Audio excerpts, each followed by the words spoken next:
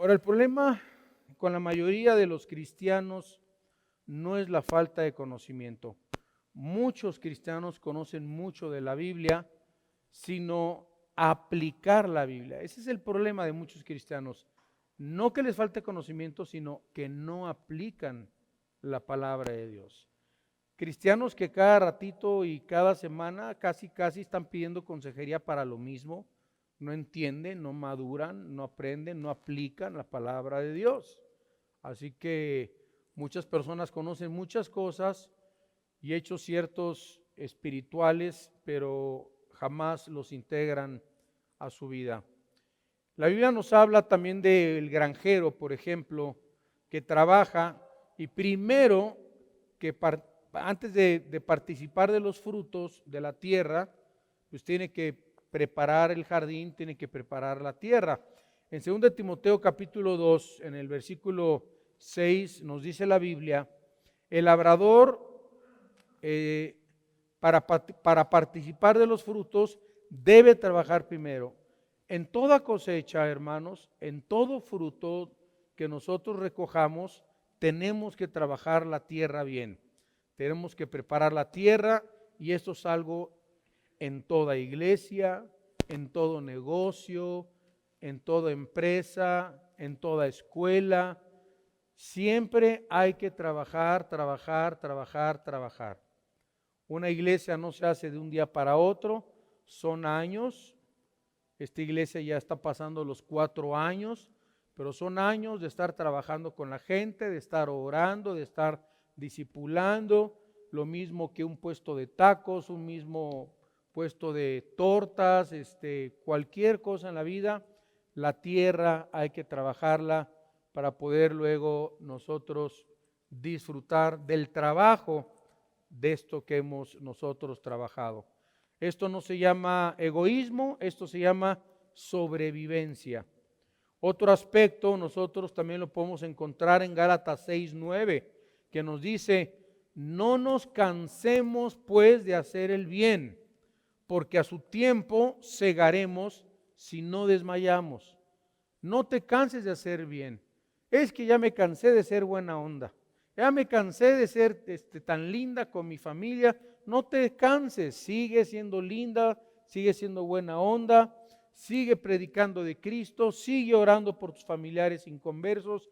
No lo dejes de hacer, no te canses, no te canses. Cualquier persona que siembra sabe que, por ejemplo, un vegetal sembrado en un jardín no puede ser abandonado. El jardinero requiere mucho trabajo, cuidado de lo que plantó para que pueda obtener una buena cosecha. La semana pasada les hablaba de unos hermanos tan lindos que trabajaron su jardín y plantaron zanahorias, jitomates, aguacates, y su primera siembra que ellos tuvieron, su primera cosecha, nos trajeron a mi esposa y a mí una caja llena de aguacates y de frutas y de verduras. Dicen, hermano, aquí están nuestras primicias. Nos regalaron sus primicias. Qué ricos aguacates, los extraño, pero bueno, son esos aguacates que se comen con todo y semilla. ¿Cómo se llaman esos? Eso. Criollos, exactamente, los criollos. Qué ricos aguacates, ¿no? Entonces, pero en el programa de Dios, ustedes saben que el jardinero tiene que trabajar mucho, cuidarlo, plantarlo, regarlo para obtener una buena cosecha. Pero en el programa de Dios, esto no es verdad, ni se aplica a lo que también se llama la mala hierba. Y quiero hablar de lo que es la buena hierba, la mala hierba. Pues cuando se siembra, siempre por algo, siembras algo, sale la mala hierba, ¿sí o no? Sale la mala hierba, sale el gusano que se come la planta, hay que abonar, sale la mala hierba. También la Biblia le llama a esto la cizaña. En el aspecto espiritual, lo que es verdad en la dimensión espiritual lo es también, lo que es verdad en la dimensión natural, también lo es en la dimensión espiritual. La única manera que podemos disfrutar las bendiciones de una cosecha abundante es perseverar, no desmayar. En esta iglesia no podemos desmayar. No podemos desmayar. En tu trabajo no puedes desmayar. No puedes desmayar con tu marido, no puedes desmayar con tu esposa, no puedes desmayar orando por tus familiares, no puedes desmayar, no puedes decir, ya no quiero trabajar, me voy a dedicar a ver tele y a acostarme todo el día, voy a dejar de trabajar. ¿Con qué vas a mantener tu casa? No podemos nosotros en la vida desmayar, ¿verdad? Así que aun cuando la Biblia nos menciona la cizaña, aun cuando la cizaña no requiere cuidado para crecer, no sé cómo creció la cizaña. Yo me acuerdo con estas plantitas que tenemos afuera, que si las ven ya están bien cortaditas y todo, de repente estaba llena de mala hierba, llena de mala hierba.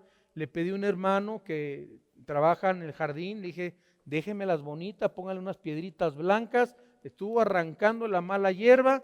Siempre en los jardines sale la mala hierba y cuesta trabajo arrancarla, y muchas veces al arrancar la mala hierba o la cizaña, te llevas también la buena, ¿sí o no? Te puedes llevar la buena, y eso lo vamos a ver cómo lo dice y lo enseña la palabra de Dios. Entonces, esto significa que tendremos problemas y dificultades al sembrar, pero nos regocijaremos cuando nosotros cosechemos algún día. Es bonito sembrar, es pesado sembrar, es bonito recoger, es más bonito recoger, pero también vamos a tener que batallar con la mala hierba. Dice en el Salmo 126, Salmo 126,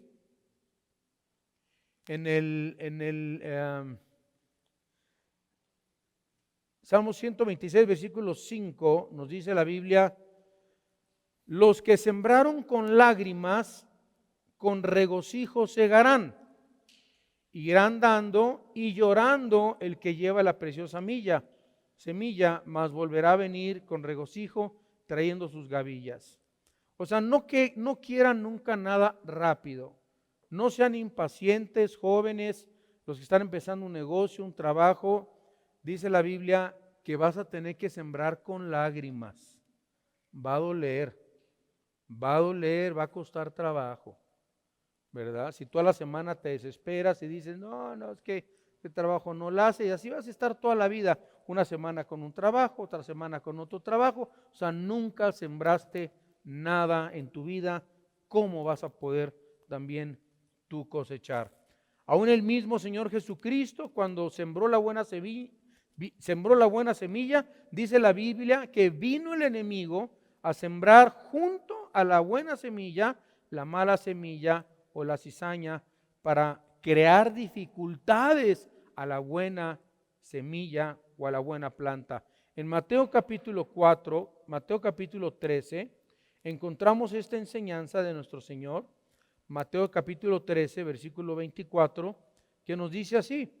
Dice, le refirió otra parábola diciendo, el reino de los cielos es semejante a un hombre que sembró buena semilla en el campo.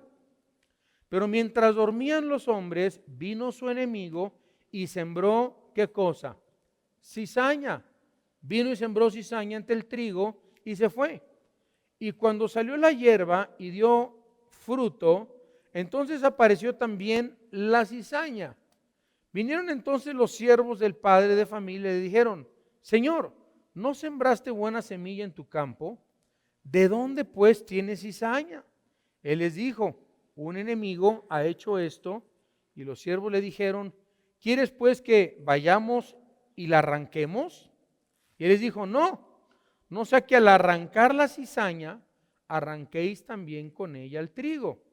Dejad crecer juntamente lo uno y lo otro hasta la siega.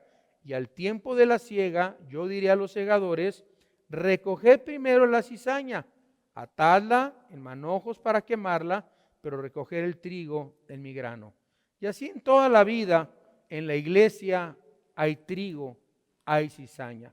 Nosotros no podemos andar con ojos de Interpol cristiana viendo quiénes son falsos hermanos o falsas hermanas, porque no podemos equivocarnos. Solamente Dios conoce los corazones, pero no todos los que están aquí sentados son salvos. no todos han nacido de nuevo, no todos han entregado su vida al Señor. La Biblia dice, deje que crezcan juntos.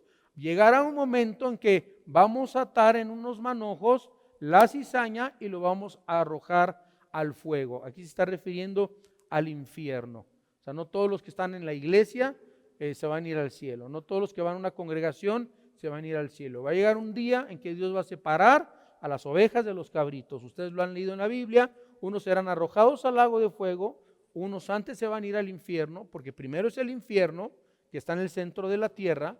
En el centro de esta tierra es el infierno. Ahí se van todos los que mueren sin Cristo para toda la eternidad, y después de la gran tribulación hay un lugar que la Biblia dice que Dios creará y se llamará el lago de fuego, donde será arrojado en el lago de fuego el falso profeta y el anticristo y sus ángeles y sus demonios, ¿verdad?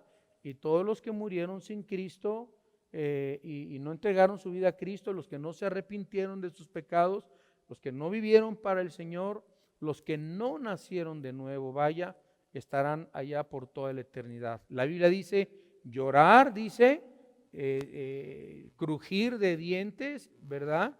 Y bueno, el Señor Jesucristo nos habla y nos explica después, más adelante, esta parábola. Por ejemplo, en el versículo 36 del mismo capítulo de Mateo 13, en el versículo 33, 36, entonces despedida la gente, entró Jesús en la casa, ¿verdad? Los discípulos, ¿a qué se habrá referido con esta parábola? Y acercándose a él, sus discípulos le dijeron, explícanos la parábola. O sea, no se querían quemar con los demás, ¿verdad? Explícanos la parábola de la cizaña del campo. Respondiendo él les dijo, el que siembra la buena semilla, ¿quién es? Jesús, es el Hijo del Hombre. El campo es el mundo. La buena semilla son los hijos del reino y la cizaña son los hijos del malo. El enemigo que la sembró, ¿quién es? Es el diablo. La ciega y es el fin, es el diablo, la ciega es el fin del siglo y los segadores son los ángeles. De manera que como se arranca la cizaña y se quema en el fuego, así será el fin de este siglo. Enviará el Hijo del Hombre a sus ángeles y recogerán de su reino a todos los que sirven de tropiezo y a los que hacen iniquidad y los echarán en el horno de fuego. Allí será ¿qué? El lloro y el crujir de dientes. Entonces los justos resplandecerán como el sol en el reino de su Padre. El que tiene oídos para oír, oiga. Espero que todos los que yo estoy viendo estemos también juntos en el reino de nuestro Padre Celestial por toda la eternidad, y no que se vayan muchos al infierno, al lloro y al crujir de dientes. Es por eso que esta mañana te puedes salir de este lugar con Cristo en tu corazón, no con una nueva religión, pero con Jesús en tu vida, con Cristo en tu corazón, pidiéndole perdón por tus pecados, creyendo y depositando tu fe en Jesucristo, pidiéndole que entre a tu vida, porque Él es el camino, Él es la verdad y Él es la vida. No tienes por qué pasar la eternidad en el infierno. Cristo ya pagó por tus pecados en la cruz del Calvario. Cada vez que decimos y cada vez que nosotros nos proponemos y decimos levantémonos y edifiquémonos, siempre el enemigo dirá levantémonos y opongámonos. Siempre que Dios nos llama a hacer algo para Él, algo bueno en esta vida, siempre, no lo olvides, siempre se va a levantar el diablo y va a traer oposición. Cuando empezamos esta iglesia hubo mucha oposición. Hubo oposición, hubo problemas, necesidades económicas, no había sonido, no había bocinas, no había nada, no había cantantes, no había nada. Éramos un grupo de 4, 6, 7 personas en una casa, nos reuníamos con una guitarrita, cantábamos alabanzas al Señor, no sabíamos para dónde iba a ir esto, pero sabíamos que Dios nos había traído a Querétaro y que se nos inundó la casa 3 veces, se nos mojaron los muebles, se nos echaron a perder, una bienvenida que nos dio Querétaro, pero bonita. Porque siempre que Dios nos manda y nos llama a hacer algo, Satanás también se va a levantar y se va a poner. ¿Para qué? Para desanimarnos, para oponerse a la obra que Dios está levantando. Entonces, a través de todos estos problemas y dificultades, Dios está buscando desarrollar dentro de nuestra vida dos cosas, hermanos, en la fe muy importantes: carácter y madurez. Tenemos que tener carácter. Si no tenemos carácter, no vamos a lograr muchas cosas. Me acuerdo de Chuy Olivares, un gran amigo mío que pronto estará también con nosotros en Querétaro antes del verano, que lo invité aquí a compartir. Siempre Chuy Olivares me decía: mire, Alan, hay muchos cristianos con muchos dones, muchos, para cantar, habilidades, son buenos maestros, comparten muy bonito, predican muy bonito, pero siempre me decía lo mismo: pero su carácter los echa a perder. Hay gente que tiene muchos talentos, pero su carácter no les ayuda de nada. No les ayuda de nada. ¿De qué te sirve ser tan administrado, tan bueno? Si eres un desordenado en tu casa, no limpias tu cuarto, no levantas tu cuarto, no limpias ni tu cama haces, vaya. O sea, te falta carácter, te falta madurez en la vida. Y esas son dos cosas importantes en la vida cristiana. En Romanos capítulo 5, nosotros encontramos en el versículo 3, dice lo siguiente, en el versículo 3 dice: y no solo esto, sino que también nos gloriamos, ¿en qué? En las tribulaciones. Nos gloriamos en las tribulaciones, sabiendo que la tribulación produce paciencia. Hermanos en Cristo, todos vamos a pasar tribulaciones, todos. No estoy hablando aquí de la gran tribulación, tribulaciones en la vida diaria. Todos vamos a pasar tribulaciones. Es más, levante la mano, ¿quién está atravesando tribulaciones en este momento? Muchos de ustedes están atravesando tribulaciones. Pero dice, fíjense qué bonito, dice, nos gloriamos, o sea, gracias a Dios por las tribulaciones. Porque la tribulación produce paciencia, y la paciencia prueba, y la prueba esperanza, y la esperanza no avergüenza, porque el amor de Dios ha sido derramado en nuestros corazones por el Espíritu Santo que nos fue dado. Así que gracias a Dios por las tribulaciones. Pero hay unos que en las tribulaciones se amargan, se espantan, abandonan la fe. O sea, no aguantaron nada. No aguantaste nada, mi cuate. Luego te diste por vencido. En el primer round dijiste: esto está muy duro, los guamazos están muy duros, los golpes están muy duros. Yo mejor me rindo y me quedo en la esquina del ring y no me vuelvo a parar contra el Mike Tyson, ¿verdad? O contra el Canelo Álvarez. Pero bueno, cada vez que decimos levantémonos y edifiquémonos, también el enemigo se va a levantar contra nosotros. Nos gloriamos en las tribulaciones, sabiendo, los cristianos sabemos, que si estamos pasando una tribulación, esa tribulación nos va a ayudar para desarrollar paciencia. La paciencia, hermanos, la necesitamos y nos mantendrá firmes para no desmayar, y la perseverancia nos llevará a descubrir que no es en vano nuestro trabajo. ¿Cuánto le costó a tu tío? ¿Cuánto le costó a tu abuelo? ¿Cuánto le costó a tu papá picar piedra? ¿Cuánto le costó estar en las banquetas vendiendo tacos antes de tener ese puesto? ¿Cuánto nos costó Vida Nueva para el Mundo? Casi 50 años. Vida Nueva para el Mundo comenzó siendo no una iglesia, sino una organización evangelística que se llamaba Vida Nueva para México. Vida Nueva para México.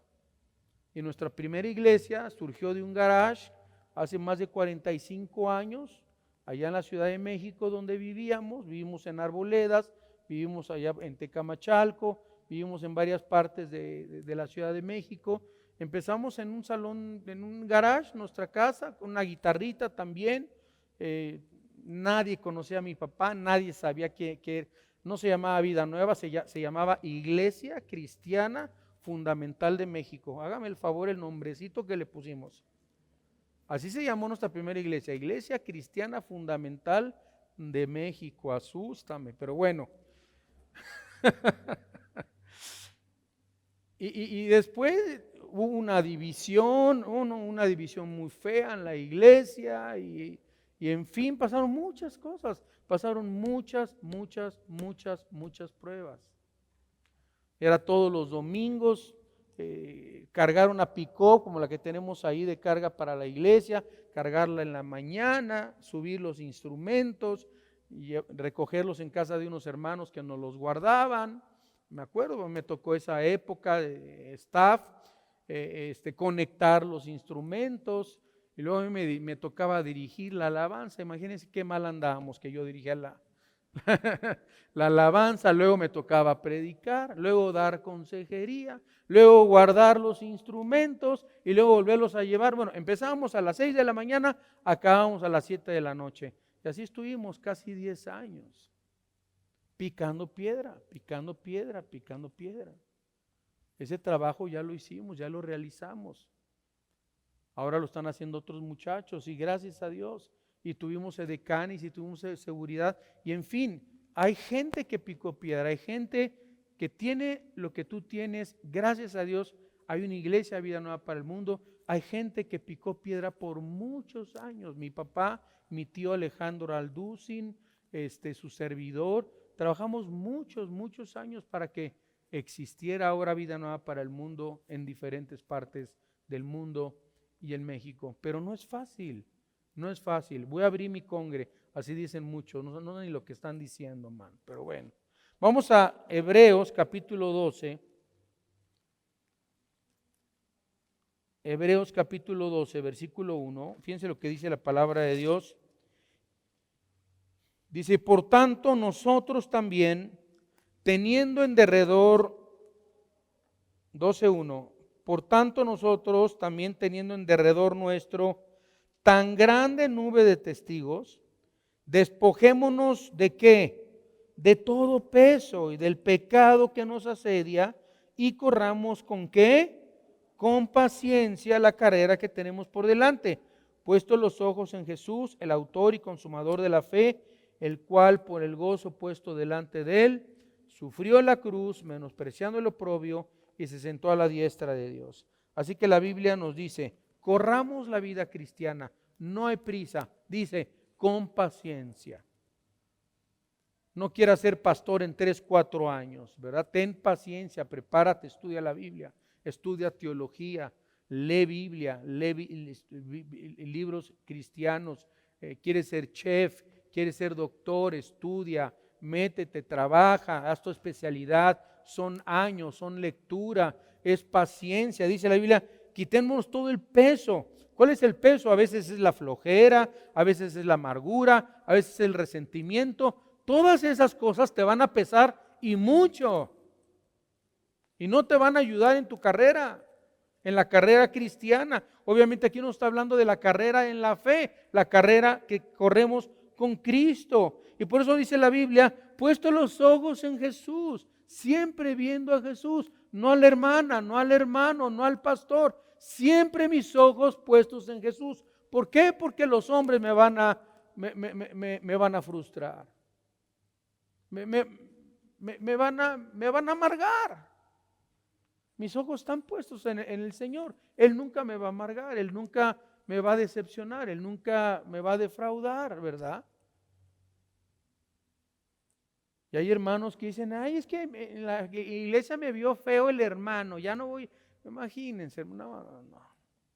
Puesto los ojos en Jesús, el autor y consumador de la fe, dice la palabra de Dios. Siempre nuestros ojos puestos en el galardón, puestos en aquel que murió, puestos en aquel que fue sepultado, puestos en aquel que resucitó entre los muertos, puestos en aquel que venció con la muerte y su resurrección, a todo poder y a todo principado y toda potestad, en Él deben estar puestos nuestros ojos.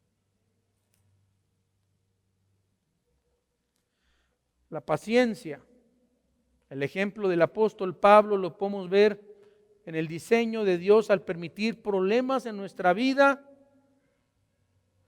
que no es en el propósito de derrotarnos, sino hacernos como el Señor quiere que nosotros seamos. En Hechos capítulo 20, en el versículo 24, cuando Pablo enfrentó problemas de oposición, Hechos 20, 24, vean lo que decía Pablo. Todo agüitado, todo amargado, todo resentido. No. Vean lo que dice. Pero de ninguna cosa hago caso, ni estimo preciosa mi vida para mí mismo, con tal que acabe mi carrera, ¿con qué? Con gozo, no con oso, con gozo. Y el ministerio que recibí del Señor Jesús para dar testimonio del Evangelio de la gracia de Dios. Hermanos, cuando Pablo escribió este versículo, ya llevaba 20 años como apóstol de Jesucristo. 20 años sirviendo al Señor como apóstol de Jesucristo. Y ya había atravesado encarcelamientos, calumnias, traiciones, persecuciones, conspiraciones, azotes.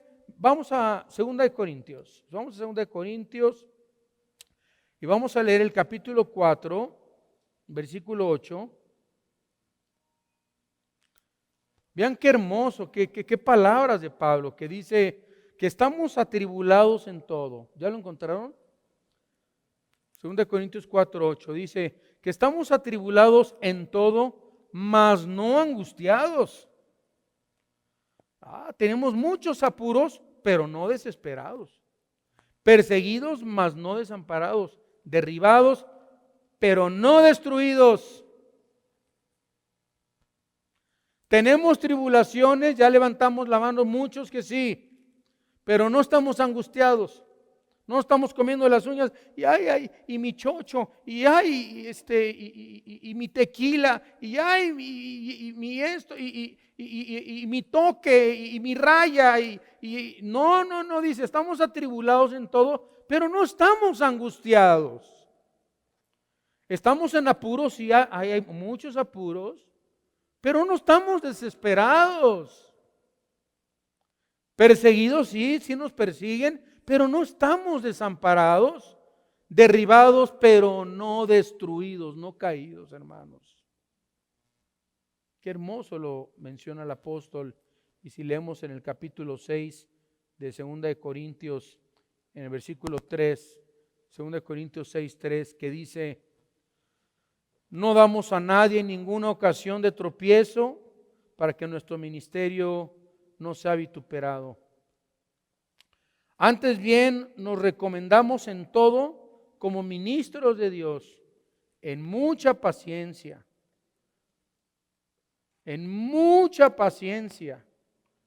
en tribulaciones, en necesidades, en angustias, en azotes, en cárceles, en tumultos, en trabajos, en desvelos, en ayunos.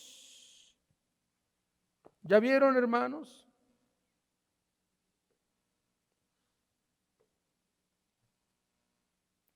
En pureza, en ciencia, en longanimidad, en bondad, en el Espíritu Santo, en amor sincero, en palabra de verdad, en poder de Dios, con armas de justicia, diestra y siniestra, por honra y por deshonra, por mala fama y por buena fama, como engañadores pero veraces, como desconocidos pero bien conocidos, como moribundos, mas he aquí vivimos como castigados, mas no muertos, como entristecidos, mas siempre gozosos, como pobres, mas enriqueciendo a muchos, como no teniendo nada, mas poseyéndolo todo. Hermanos en Cristo, yo aquí no veo el famoso ministerio o doctrina, si se le puede llamar, de la prosperidad. ¿Usted lo ve aquí?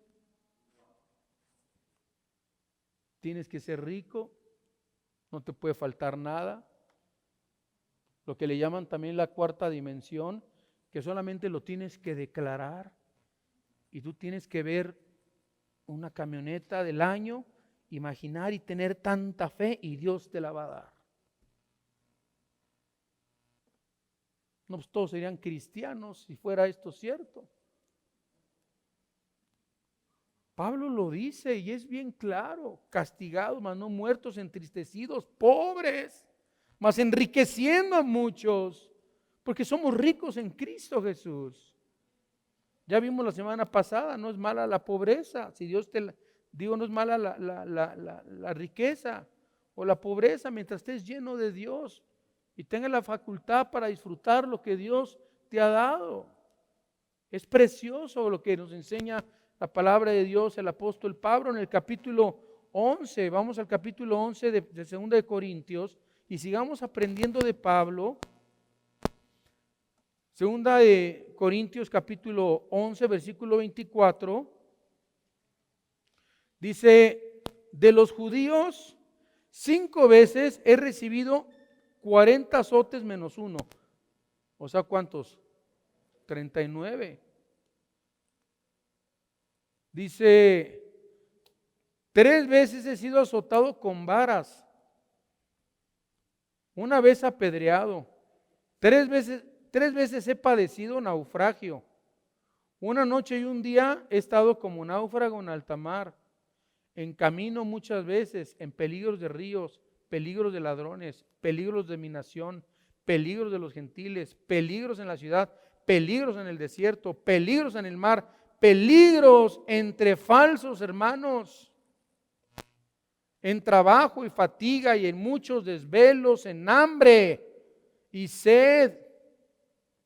Hace Pablo que no declaraba la riqueza, ¿verdad? Le faltaba fe. En muchos ayunos, en frío y en desnudez, y además de otras cosas, lo que sobre mí se agolpa cada día, ¿qué cosa? La preocupación de todas las iglesias. ¿A quién enferma y yo no enfermo? ¿A quién hace tropezar y yo no soy indigno y yo no me indigno? O sea, Pablo está hablando que él sufrió. ¿A cuántos de ustedes les ha pasado esto?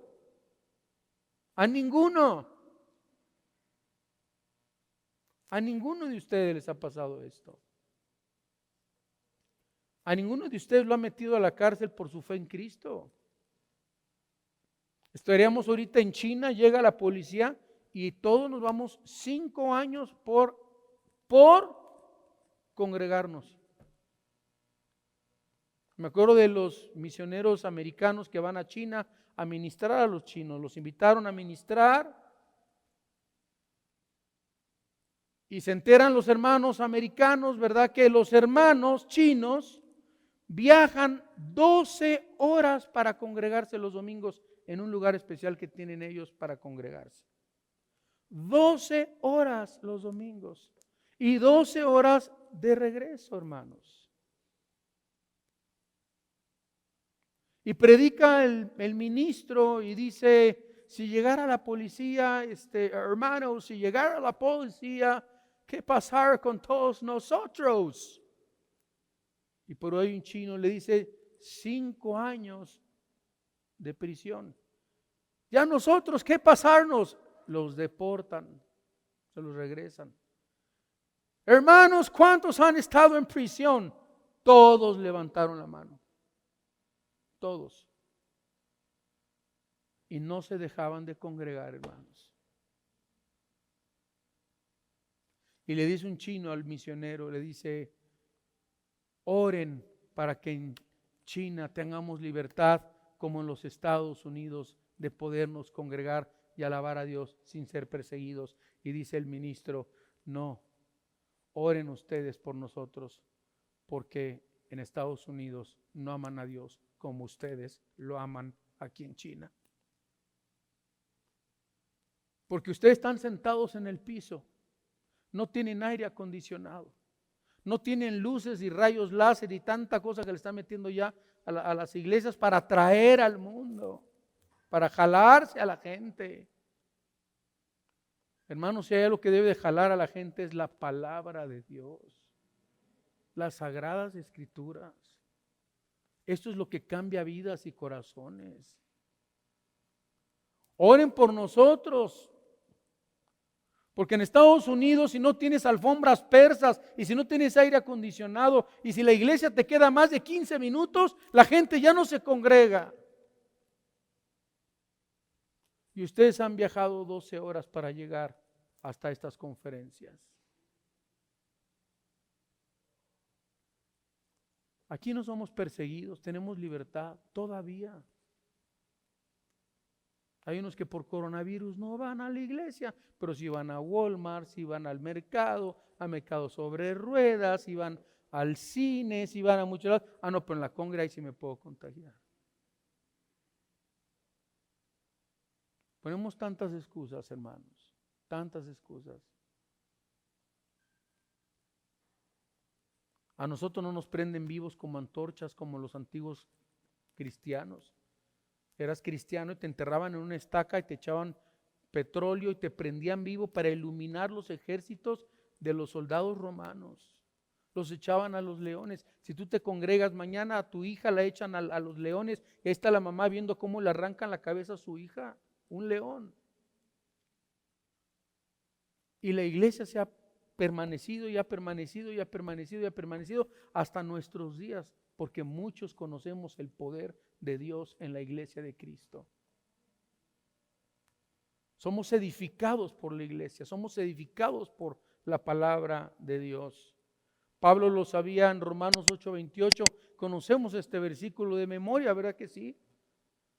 Y sabemos que los que amamos a Dios, ¿qué cosa? Todas las cosas nos ayudan para bien. Esto es conforme a los que, conforme al propósito de Dios, han sido escogidos, dice su palabra.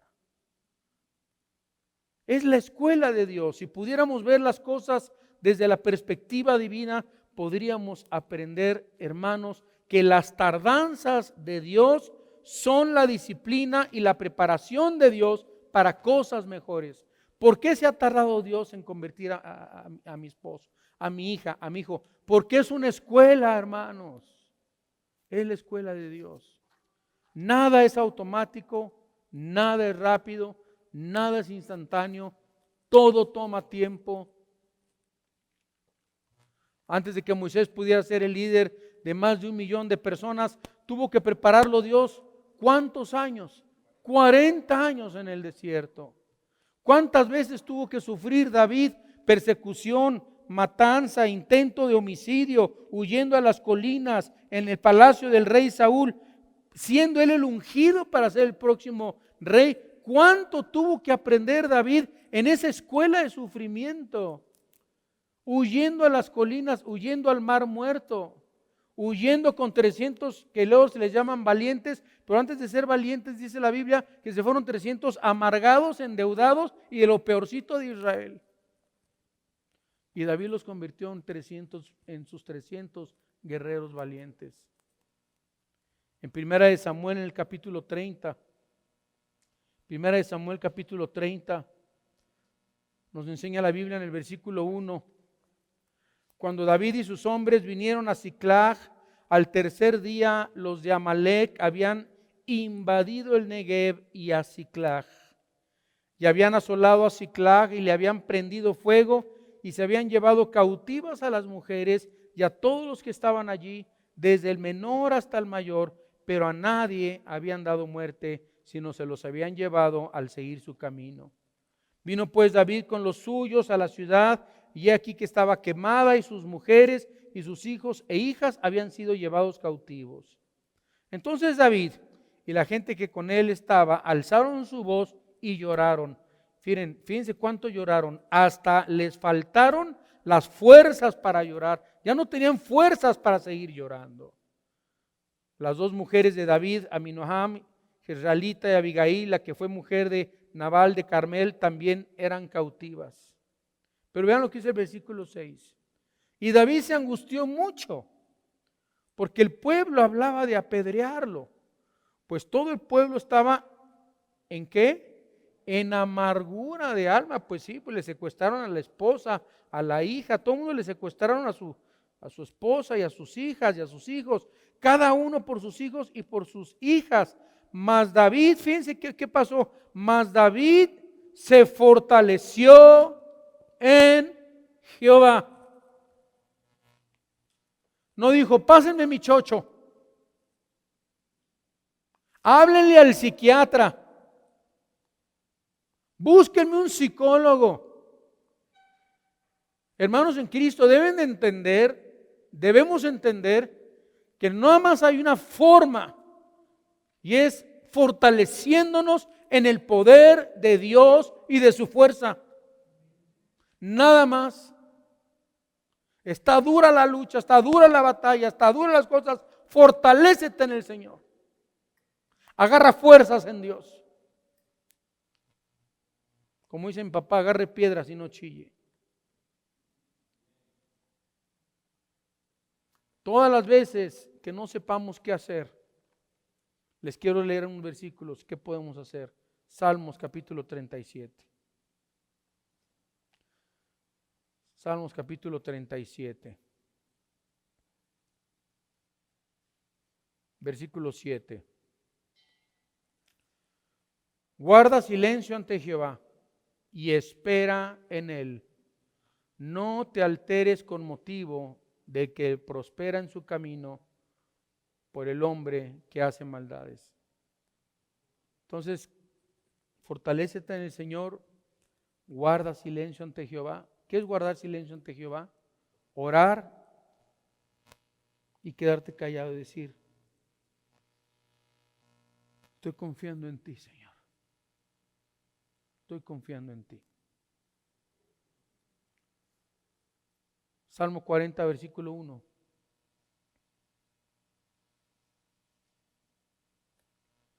Pacientemente esperé a Jehová. ¿Y qué pasó?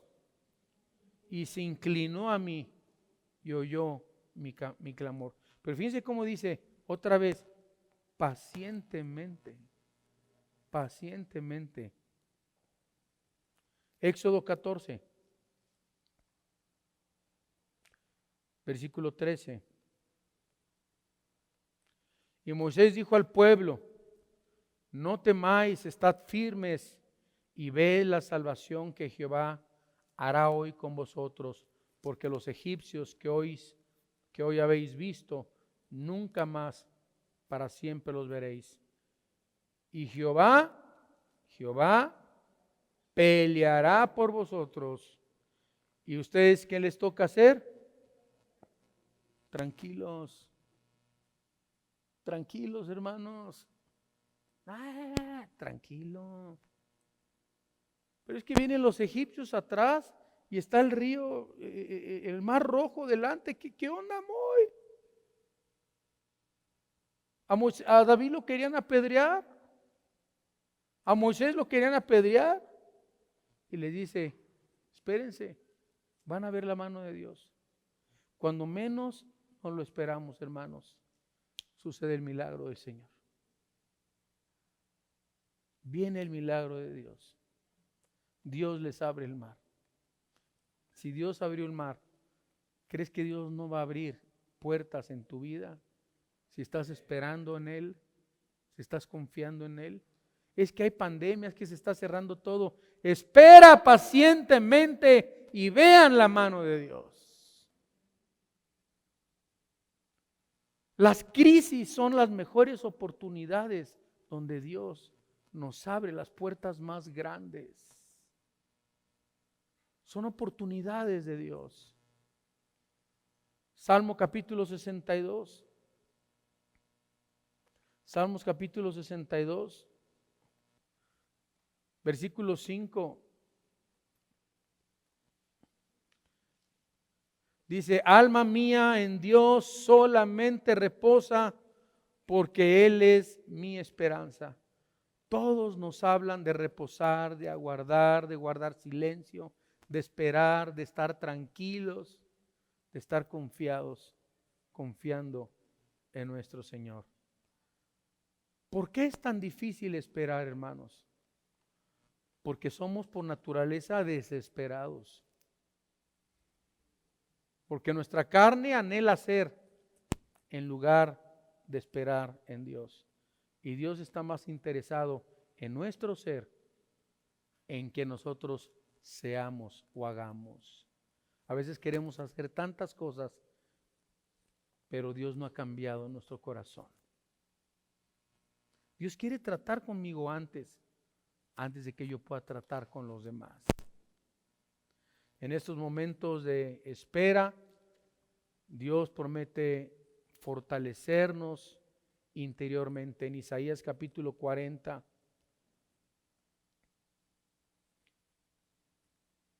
es el último versículo que voy a compartir con ustedes. En el versículo 29 dice la Biblia: Él da esfuerzo al cansado.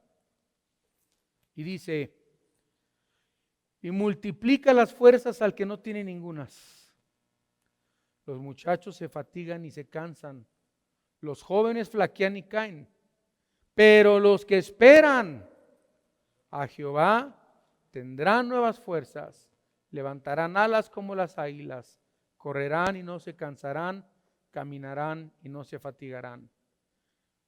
Si te sientes sin fuerza, querida hermana, querido hermano,